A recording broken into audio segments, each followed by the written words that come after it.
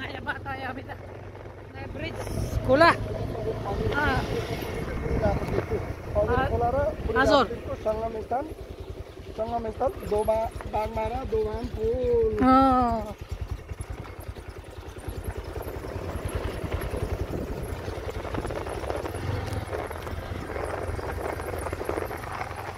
Blog गर्दै जाए guys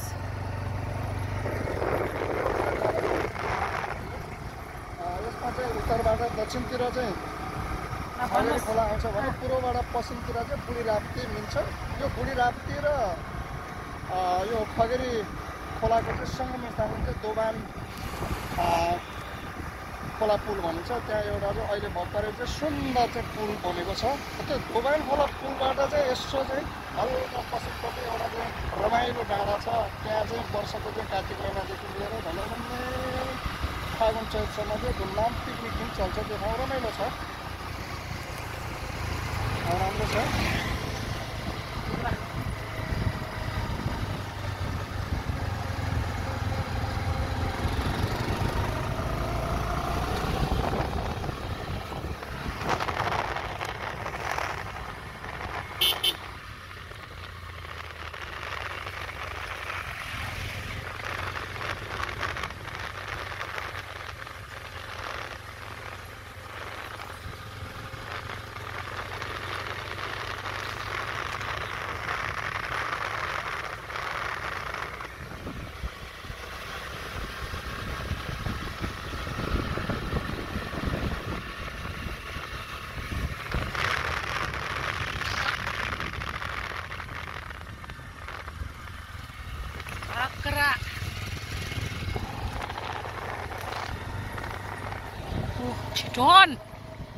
छिटोन घुमेर आएको गाइस बाइकमा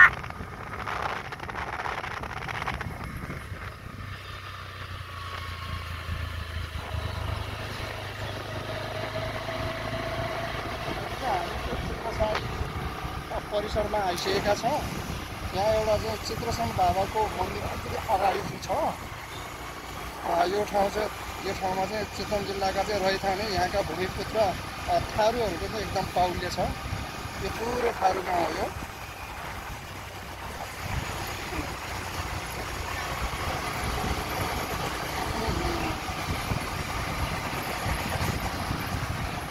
यो प्योर थारू गाउँ यहाँ कुनै पनि जातिको छैन अझ कार्तिक महिनामा धान छुटिसकेको छ त्यसले गर्दाखेरि बोराका बोरा धान लिएर गइरहेका छन् अब चितवन साँच्ची भन्नुपर्दा एउटा अन्न भण्डार पनि हो चितवन एउटा तोरीको लागि पनि प्रसिद्ध ठाउँ हो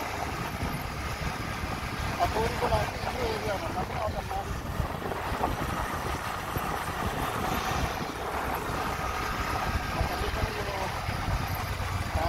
यो डान कति छ है डानै डान चाहिँ आमामा गाइस वरिपरि आयो त काटिसक्यो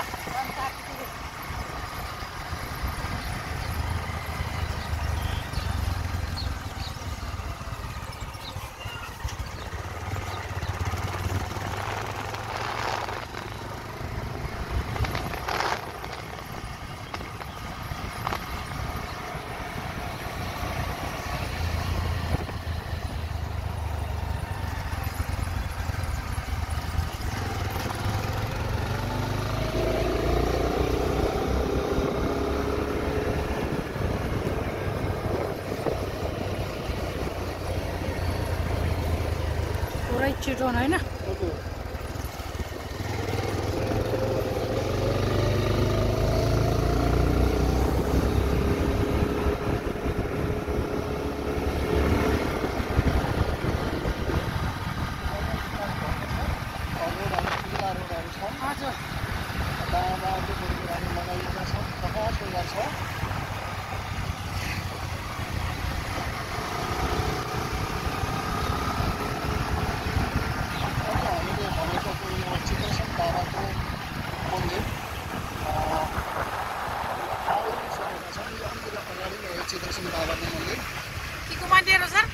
चित्रसेन बाबाको मन्दिर दाहिनेपट्टि हामी देख्न सक्छौँ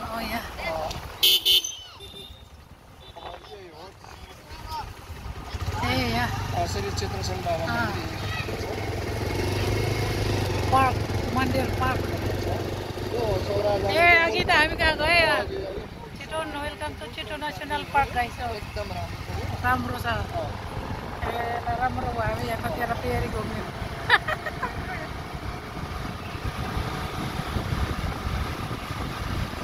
गाइस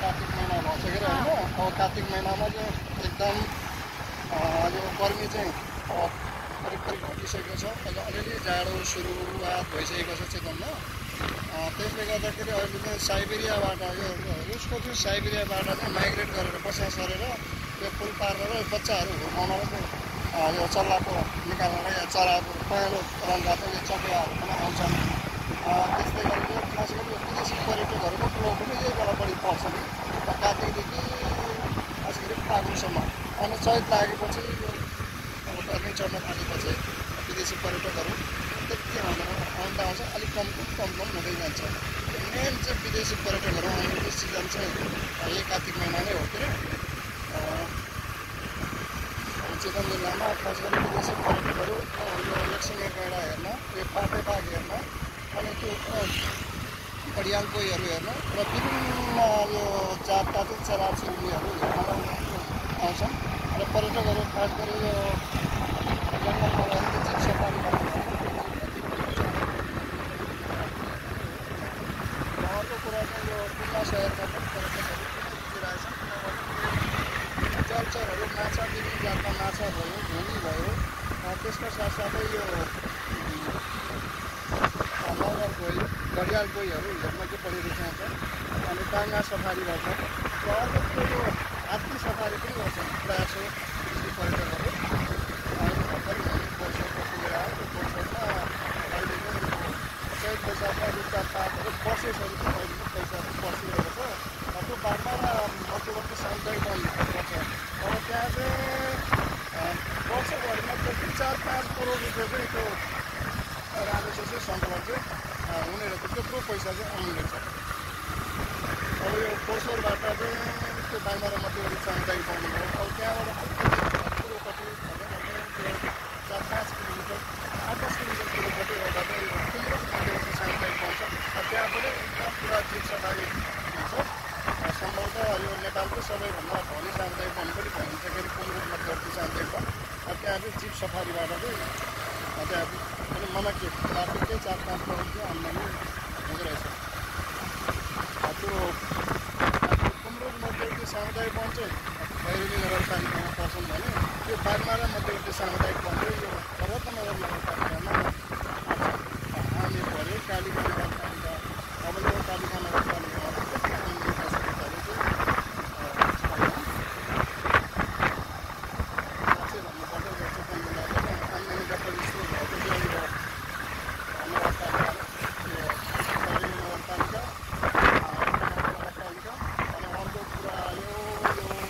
नगरपालिकामा पनि आम्दानी हुन्छ त्यो पनि असाध्यै राम्रो छ के भन्छ भन्दाखेरि नेपालका चाहिँ अहिले 77 जिल्लाहरू छन् 77 जिल्लामा चाहिँ सबैभन्दा पर्यटकीय नगरी पनि छ काठमाडौँको होलापछि चितवनमा धेरै पर्यटकहरू आउँछन्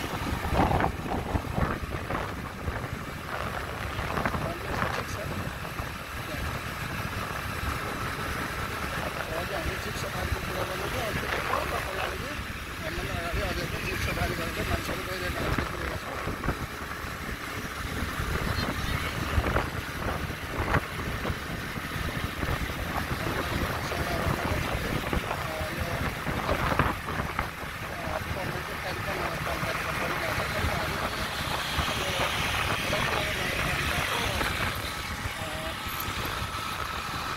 पूर्व पश्चिम राजमार्ग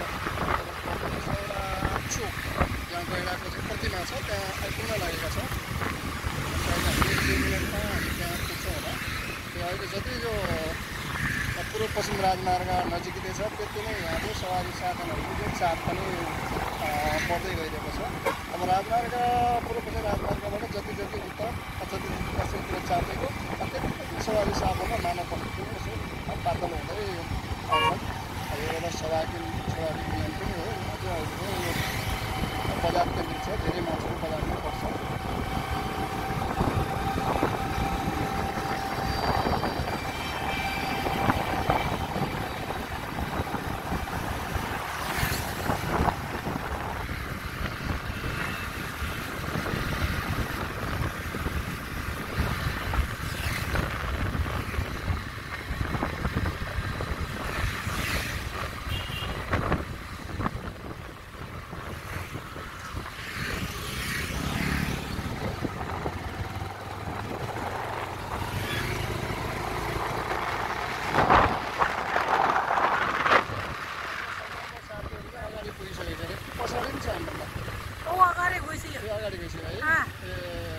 क्रस गरिसक्यो होला उनीहरू त।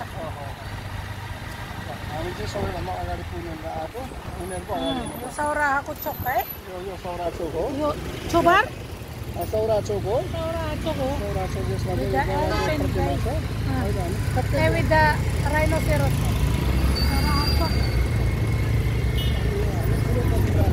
आइपुग्यो। अब यो राजमार्ग यो पानी बजारमा रत्नगर नगरपालिकामा रत्नगर नगरपालिकाको पानी बजार मेन बजारमा यो के भन्छ 4 लेनको बाटो छ। अहिले चाहिँ निकै विकास भएको छ। एकापट्टि पुलले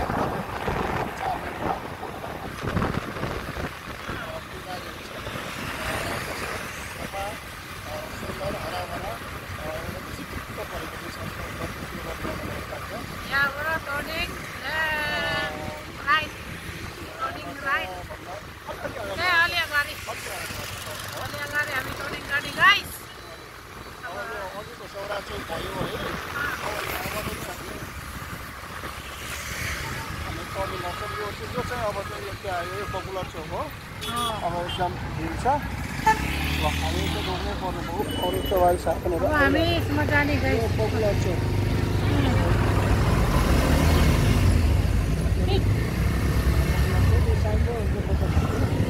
ए यहाँ बकुलहर चोक गए। बकुलहर चोक 9-10 किलोमिटर उत्तरतिर लागेको खण्डमा चाहिँ पदमपुर 9-10 किलोमिटर पदमपुर जाने। हजुर भाइरल घर पुग्न सकिन्छ। त्यो भाइरल घरको छेउमा नै अब चाहिँ घर पनि जाने घुमेर है। लगातार यतातिर गइरहेको छ।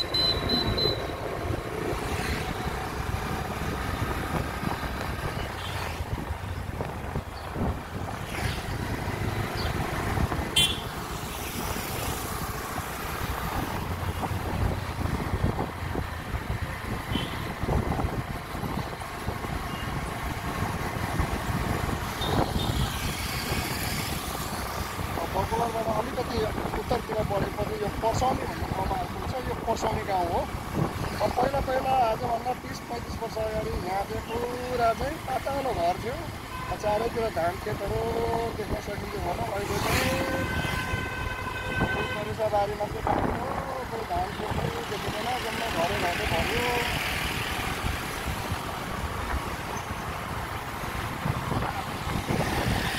पर्साउने रत्नगर नगरपालिकाको वडा number 10मा पर्नुहुन्छ।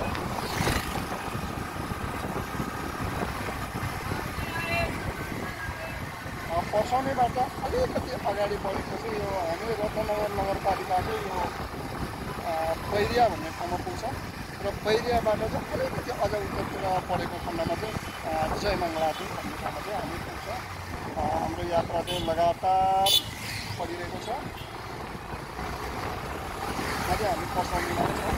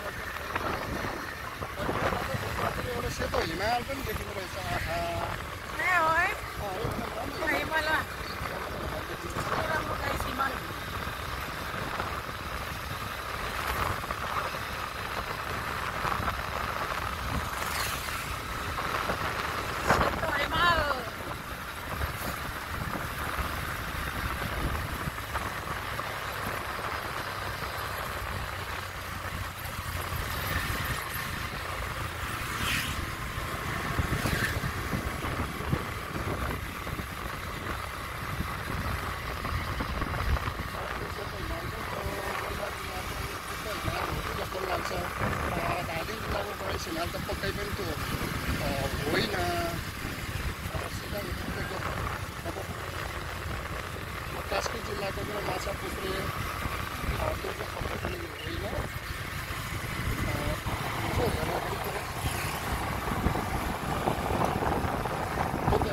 Putih ramai mati ya.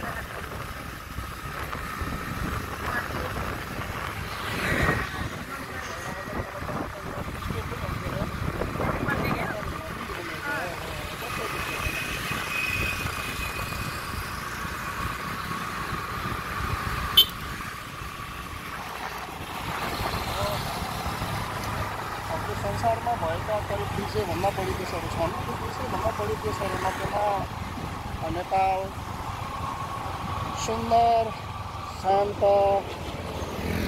मनोरम, अब विशाल छ भन्नु पऱ्यो। विशाल भनेको ठुलो हो। केही देशहरूभन्दा हाम्रो देश नेपाल क्षेत्रफलको हिसाबले ठुलो पनि छ, केही देशभन्दा सानो पनि होला। नेपाल हिमाल, पहाड, तराई मिलेर बनेको छ। हाम्रो देशमा चाहिँ यो ठाउँबाट भरेका चाहिँ झरनाहरू छन्, कलकल बग्ने नदीहरू छन्, तराईका सन्थर खाँडहरू छन्, नदीहरू छन्। जैविक विविधताले भरिएको हाम्रो देश नेपाल छ, मनोरम छ, जैविकहरू पाइन्छ। यो चाहिँ अहिले चाहिँ जयमङ्गला आइपुग्यो हामी। अघि भनेको जयमङ्गलाको मन्दिर यो कालिका भगवती मन्दिर यो जयमङ्गलाको रात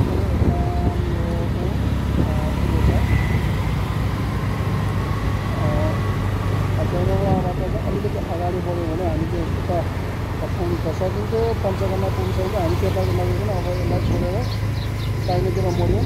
किनभने हामी भित्री चाहिँ गल्ली समातेका छौँ। अब जहाँ चाहिँ एउटा चाहिँ त्यस्तो जग्गाभित्र त्यताबाट चाहिँ हिँड्दा त्यति उचित छ भने यो सडक हेर्नुहोस् तपाईँ गल्ली पुगिरहेको छ। यसमा मोटरसाइकलको अलिकति मलाई चलाउन पाइन्छ। त्यस्तो सडक छोडेपछि गाउँको भित्र गल्लीको सडक भन्दाखेरि कतिवटा हामीले अगाडिमा कुनै पनि सरकारी साधनले देखेको छैन है परसम्म। साँच्चै भन्नुपर्दा यो बाटो मेरै हो। यो बाटो पुरो मेरै हो जस्तो लाग्छ।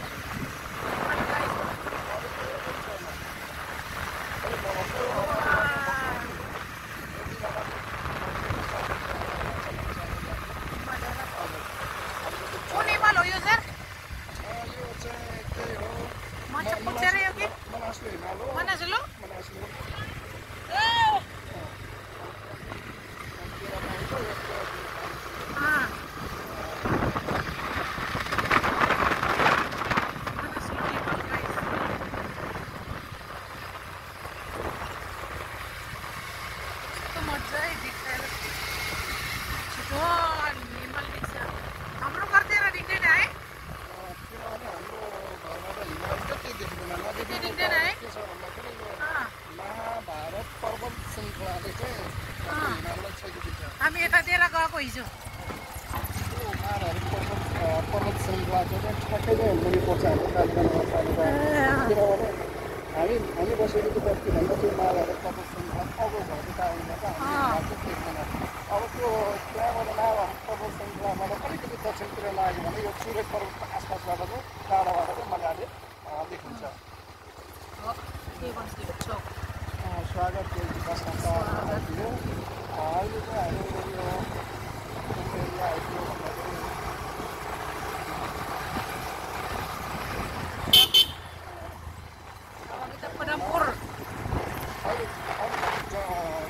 जयमङ्गला चोक थियो। अब जबाट उठेको हामी चाहिँ जमुनापुर अघिको चाहिँ कालिका भगवतीको मन्दिर भएको जयमङ्गला चोक हो है। यो रत्नगर नगरपालिकामै पर्छ। अनि यो चाहिँ अहिले हामी जमुनापुर क्षेत्रमा चाहिँ हाम्रो यो सवारी साधन चाहिँ गुडिरहेको छ। पनि रत्नगर नगरपालिकामा नै पर्छ। यो रत्नगर नगरपालिकाको वडा नम्बर यो 12मा पर्ने चाहिँ यो जमुनापुर भन्ने ठाउँ चाहिँ वडा नम्बर 12। अब त्यही समय अगाडि बढेपछि हामी बल्ल यो कालिका नगरपालिकामा पुग्छ। सायद यो सीमास्थलमा अलिकति माथि चाहिँ थियो। सीमास्थलमा सीमा क्षेत्र छुट्याएपछि यो प्रवेशद्वार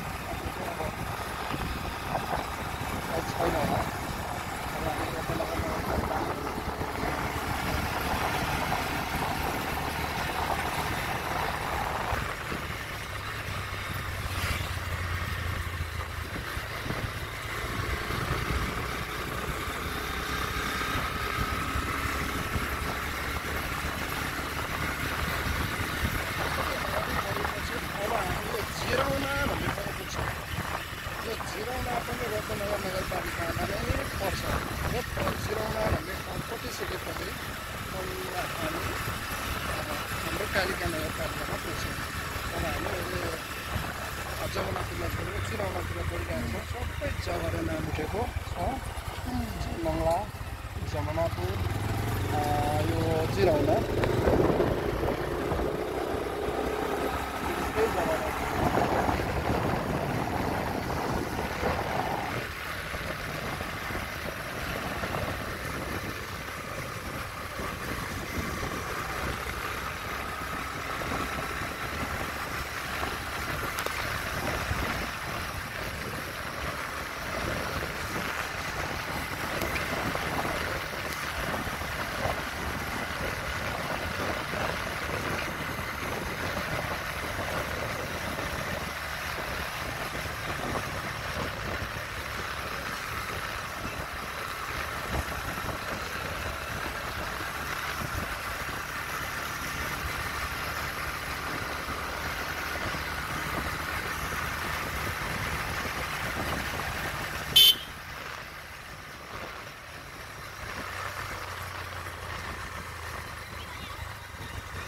बाटोमा चाहिँ नजिले हुन्थ्यो यो बच्चाहरू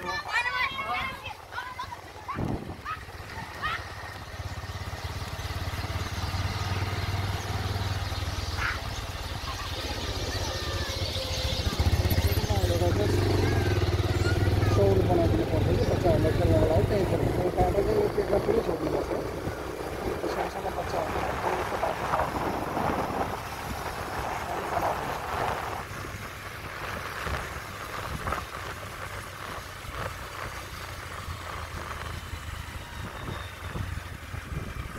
भाइरल गरेर जाने क्या हो हामी त्यतै बढिरहेका छौँ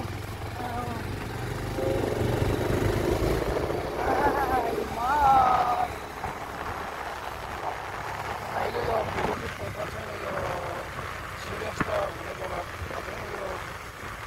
यहाँ चाहिँ यो सुनौलो देखिँदैछ त्यो बिहान चाहिँ सूर्योदय हुने बेलामा चाहिँ यो हिमाल चाहिँ चाँदी जति टल्किन्छ बेलुका चाहिँ अलिकति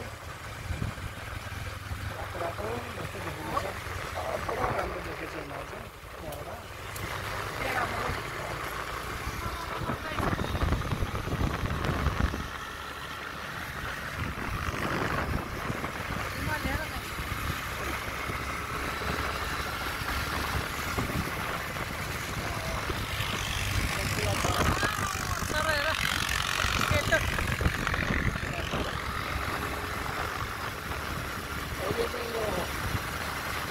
अझै पनि रत्ननगर नगरपालिकाको भूमिमा छौँ अहिले रत्ननगर नगरपालिकाको भूमि अब सकिने लाग्यो हामी केही समयपछि हामी हजुर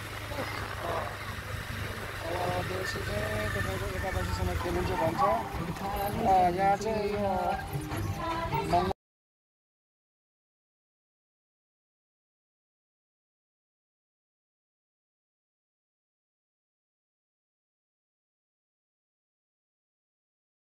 नेता चाहिँ गोपाल गुरुङ हो के अरे होइन अहिले मङ्गलहरू पनि अब यही जानेका छन्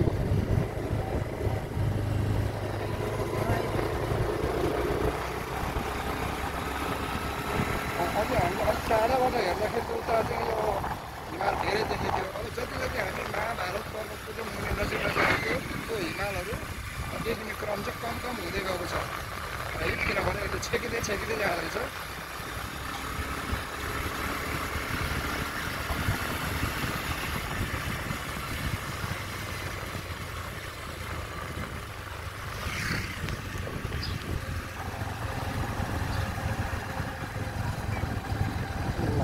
अहिले चाहिँ हामी चाहिँ ठ्याक्कै चाहिँ रत्ननगर र कालिका नगरपालिकाको सिमानामा छौँ दाहिनेपट्टि रत्ननगर अब यो चाहिँ कालिका जय कालिका नगरपालिका अब यहाँबाट चाहिँ हाम्रो कालिका नगरपालिका चाहिँ सुरु भयो त्यो कालिका नगरपालिकाको चाहिँ वडा नम्बर 1 अब हामी चाहिँ कालिका नगरपालिकाको वडा नम्बर 2 हामी जितपुरमा पर्छौँ धेरै छोडेको छ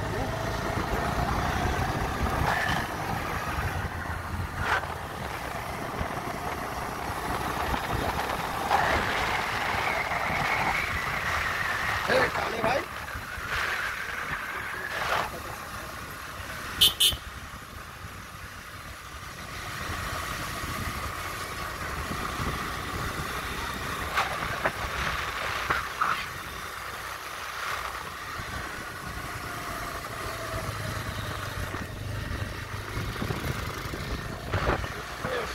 बसिरहेको छु। त्यहाँ छेउमा एउटा समीको माध्यमिक विद्यालय पनि छ, हामी पुगिसकेका छौँ। र अलिकति अगाडि चाहिँ एउटा हिमाली हरेक वर्ष वैशाख शुक्ल पञ्चमीको दिन चाहिँ धिमेली बाबाको मेला लाग्छ र धिमेली बाबाको मेला लाग्ने दिनमा चाहिँ पानी पर्छ। अहिलेसम्म चाहिँ पानी नपरेको रेकर्ड चाहिँ छैन। यो एकदम सबको देउता हो, चेमाको केही कुरा गर्न। अब यो ठुलो चौतारो चाहिँ दाहिनेपट्टि छ, त्यो धिमेली बाबाको हजुर कालिका नगरपालिका वडा नम्बर 4 मा पर्छ। हामीले छोराछोरा रक्षा र कल्याण गरौँ।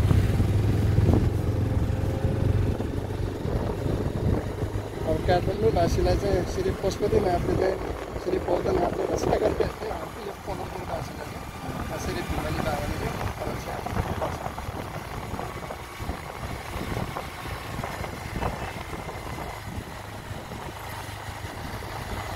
यहाँबाट करिब अब चाहिँ यो 200-300 मिटर अगाडि चाहिँ हामी चाहिँ एउटा भाइरल घर देखिरहेका छौँ। सुन्दर छ यो भाइरल घर चाहिँ। यो पाहाडमा चाहिँ नुवाकोट जिल्ला अर्थात् चितवनको कुरकोरेमा जन्मिएको श्री रमेश प्रसाद उप्रेती नाम गरेको मान्छेले 2000 विक्रमसम्म 2073 सालमा चाहिँ बनाएको हो। यो भाइरल घरमा चाहिँ किन श्रीकृष्ण भवन भनिएको भन्दाखेरि सायद रमेश प्रसाद उप्रेतीजीको बुवाको नाम चाहिँ अब कृष्ण प्रसाद उप्रेती हुनुपर्छ। उहाँले आफ्नै बुवाको नाममा राखेको भवनको नाम चाहिँ सुन्नमा आएछ। उहाँको 3 भाइ छोराहरू अमेरिकामा चाहिँ ग्रिन कार्ड होल्डर थिए। उहाँले पनि अमेरिकामा पेट्रोल पम्प सञ्चालन धेरै वर्ष गर्नुभएको थियो अरे। हजुर। अनि त्यसपछि उहाँले यो भाइरल घर चाहिँ बनाउनु भएको रहेछ। अब यहाँ चाहिँ नगरपालिकासँग समन्वय नगरेको, नक्सा पास नगरेको आदि इत्यादि कारणले गर्दा यो भवन बन्दा अधुरै अवस्थामा छोडिएको छ। अब यो भवन चाहिँ एकदम च्याप्प प्लास्टर भएर रङ रोगन गरेर च्याप्प गेट बनेको खण्डमा चाहिँ अति नै राम्रो हुने देखिन्छ। किनभने आजभोलि पनि दैनिक चाहिँ 100-200 जना चाहिँ आन्तरिक पर्यटकहरू आउने गर्छन्, जसले गर्दाखेरि 2-4वटा पसलहरू चलेको छ। 2-4 घर मान्छेको चाहिँ त्यो रोजीरोटी चलेको छ। भोलि अब यो भाइरल घर अति नै अब चाहिँ अब सुन्दर चिटिक्क रङ रोगन गरेर प्लास्टर गरेर चाहिँ रङ रोगन गरेर साथै यसै पनि नेपालहरू सबै गरेको खण्डमा चाहिँ त्यहाँ धेरैभन्दा धेरै आन्तरिक र बाह्य पर्यटक आउनु देखिन्छ र यहाँको मानिसहरूको जनजीवनमा केही सुधार हुने देखिन्छ। अब मेरो घर भाइरल घरमा चाहिँ के छ भनेर मैले अघि नै भनिसकेको थिएँ। अहिले दिनभरिको घुमाएपछि अहिले मेरो आफ्नो घरमा चाहिँ आइपुग्यौँ। धन्यवाद। ल सेयर त भाइरल गर्नुभयो।